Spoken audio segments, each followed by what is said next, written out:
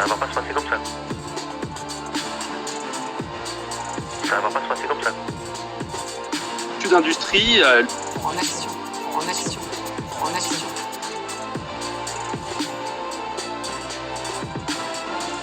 Participation aux bénéfices de 2022.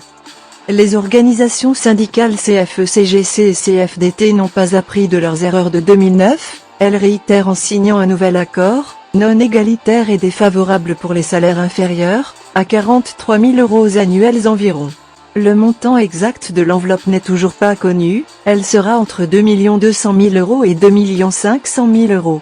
Comment faire demi-tour n'a jamais aussi bien porté son nom avec cette publication sur Facebook, à l'image des politiciens qui nous gouvernent, cette organisation syndicale revient sur une proposition, aussi vite qu'ils l'ont écrit. Qui c'est qui a dit ça? Comment faire demi-tour oublie de vous indiquer qu'elle avait la possibilité de dénoncer l'accord de 2009, et par la même occasion d'empêcher la direction de revenir à celui-ci. Quelle est la procédure à suivre pour dénoncer un accord d'entreprise? Le Code du travail prévoit un délai de préavis de 3 mois, un délai de négociation, une survie des avantages acquis par les salariés avec l'accord dénoncé. À moins qu'une clause de l'accord ne l'impose, le dénonciateur n'a pas besoin de motif particulier pour lancer la procédure, mais il doit notifier son action aux autres signataires. La dénonciation doit aussi faire l'objet d'un dépôt auprès de la DRETS et du greffe du Conseil de prud'homme. Alors, sauf mention contraire prévue par l'accord, un préavis de 3 mois démarre et de nouvelles négociations peuvent être entamées pour conclure un accord de substitution. C'est donc un manque de stratégie de leur part qui en est responsable. La CFDT a donné elle-même la porte de sortie à cette direction. Quelques jours ont suffi à Comment faire demi-tour, qui prétend avoir demandé le partage de l'enveloppe, mais durant la deuxième réunion, cette revendication avait déjà disparu et nous avons eu 5 réunions.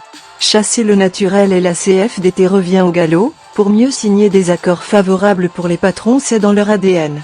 La CFDT et CFE-CGC acceptent par leur signature de faire perdre du pouvoir d'achat à des salariés, qui en ont fortement besoin en pleine inflation.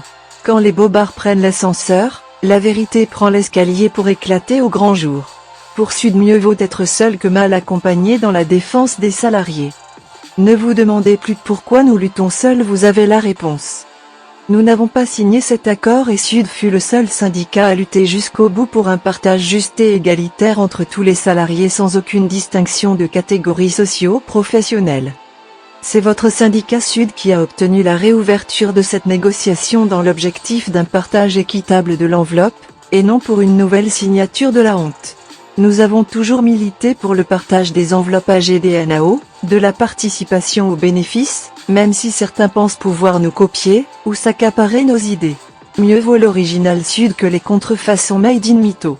Peu importe les critiques.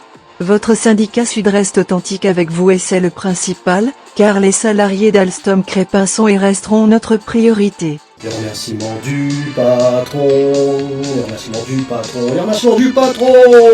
Grâce à eux, ils vont s'en mettre plein les poches. Il est heureux de leur signature.